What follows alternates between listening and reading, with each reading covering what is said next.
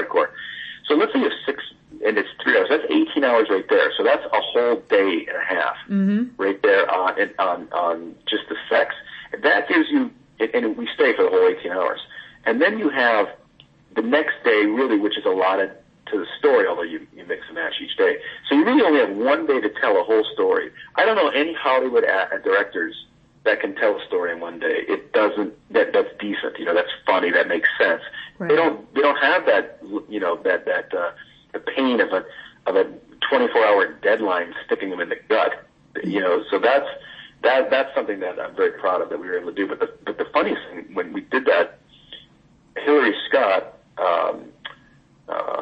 who was playing Marcia, she shows up and she looks just god awful. I go, what's the matter? She was like, I threw up on the road 3 times coming over here. She had like a case of the 24-hour flu. So the whole first day of shooting, she laid in bed, and we shot the first Brady's in a house, this mansion in near Malibu. And from then on, we decided, we're going to build our own sets. So for every movie after that point, we pretty much built our own sets. Mm-hmm. But she's dead the first day. I've never made a real big feature before. Brittany Rears was a feature, but it wasn't a big, huge scripted feature. Mm-hmm. And so I didn't know what to do. And I'm like, well, go to bed, and then when I need you, I'll call you. So she would come out, vomit in the toilet, and then rinse her mouth out with a bottle of water, and then say, hey, Peter, what's going on? Dad's here report card. And then she'd go throw up and go back upstairs and go to sleep until I needed her again. Wow. So it was bad. And I'll never forget the first time we shot the movie. It was a beautiful kitchen we were shooting in, and we had all our lights set up in there and everything. 3 inches this way, it's going to hit the counter or the cupboard and scratch it. So we're very particular. Tennis balls on all the feet of the lighting equipment. And the wife of the homeowner comes in, and she just starts bitching. I don't want any of the lights in the kitchen. I told you guys. And we're like, well, you never told us. I told the last people that we were making. Well, they're not us. It's a different company. I don't want the lights. Well, how are we going to shoot the scene in the kitchen? If we don't have lights, Yeah. So we had to pull the lights back, and guys are holding lights and leaning around corners. It was quite an adventure shooting that first movie. And that's one of the reasons why we decided to go to sound stages. We would have no hassles, and we would build ourselves. It would cost more money, but we knew that we had the budgets because we knew we were onto something, the dawn of the modern parody revolution. How long did that last? Kind of the whole parody? 10 years. Wow. Almost 10 years. Wow. 9 years for sure, yeah. It's just really faded out in the last couple of years, and well, I would say, let's see, 2000. Yeah, it's 9 or 10 years. 9 years for sure, and it was 9 years strong. And I think the porn industry made 2,300 parodies. Wow, of TV shows or movies and everything. TV shows, movies, celebrities, whatever it happens to be, they made it. I mean, if you could name a TV show, I could let you know if they made a parody of it. I know I had a whole list of some. I Love Lucy. I think I saw done many times. Yeah, a Duck Dynasty. Even they were doing reality shows. Even Duck Dynasty. You put fake beards on guys. It was god awful. You did that one, or someone else did that? No, one? Hustler did it. And okay. I don't remember the director who did it, but it was somebody that didn't really have an eye for directing.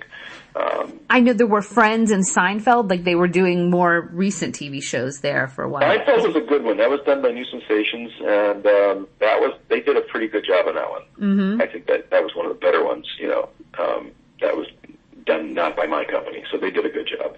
But yeah, there's I think 2,300 parodies. They still squirt them out every once in a while. You'll see a parody come out, like Deadpool, or Wood Rocket keeps putting out these really cheap, god-awful parodies. And they put them out for free on the internet, so that kind of shows you what it is.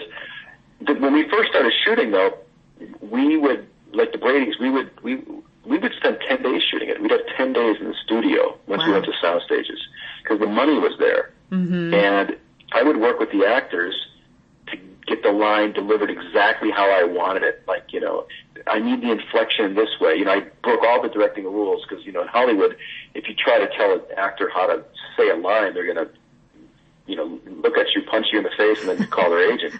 Right. But I violated all those rules because I'd be like, no, I don't say it like Mom, Marcia's not doing her homework, say, Mom, Marcia's not doing her homework. Why do I have to do mine? You know, I try to get them to get the inflection because these are not actors. Right. And it worked. So I would do each line 10 times because we had the luxury of time. And then God knows if my editor ever found the correct one. You know, I mean, I would say, you know, we didn't know at the time that we should have a script continuity person there that is writing down the best takes. Mm-hmm. We didn't learn that till much later, you know, the time code where they would find them.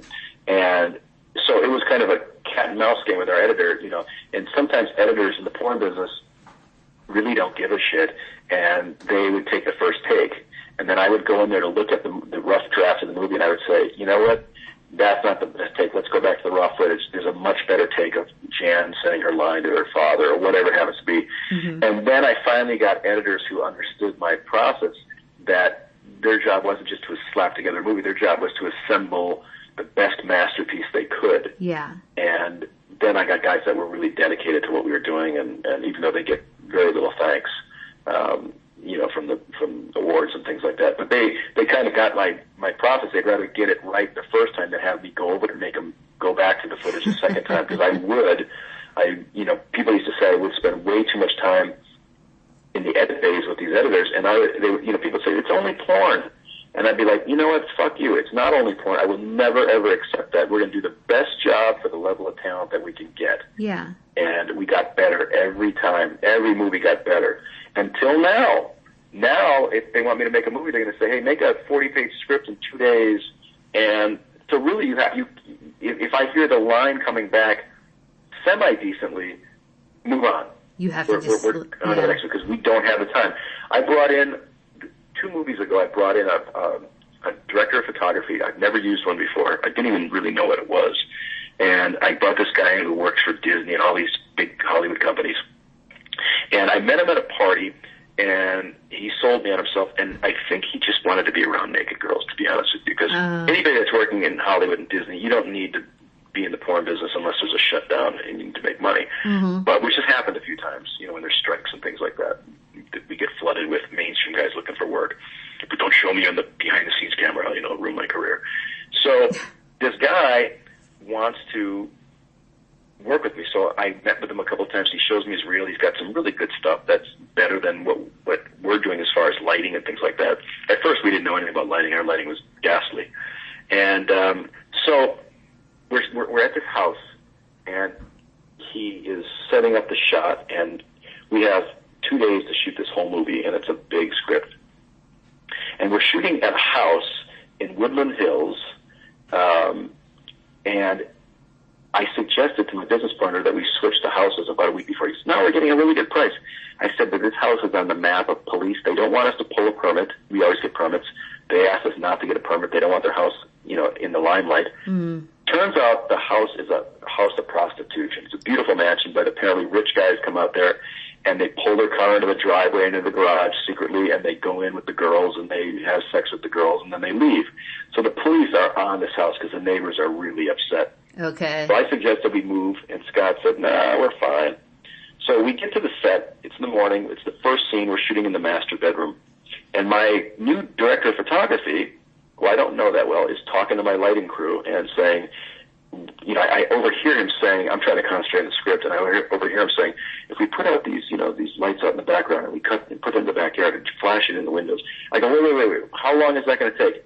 He goes, we could probably get it done within the hour. I said, are you effing crazy? We got to be shooting the scene in 5 minutes. Well, we can't do it. I said, we have all this territory to get through.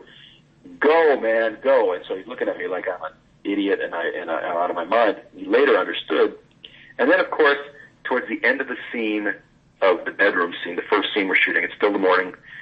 My business partner comes into the set and he goes, can I talk to you? I walk outside and the hallway. He goes, yeah. Takes me away from everybody. He goes, the police are here. Oh, no. I go, really? And we hadn't been stopped by the police in 10 years, you know. We were stopped 10 years ago when we changed locations in the middle of the day because something happened and we had to change it. So our permit address didn't match. You know, I had to go to the DA and, you know, we were, nothing ever happened. So now I'm out in the backyard by the pool with these cops that know this house is a house of prostitution.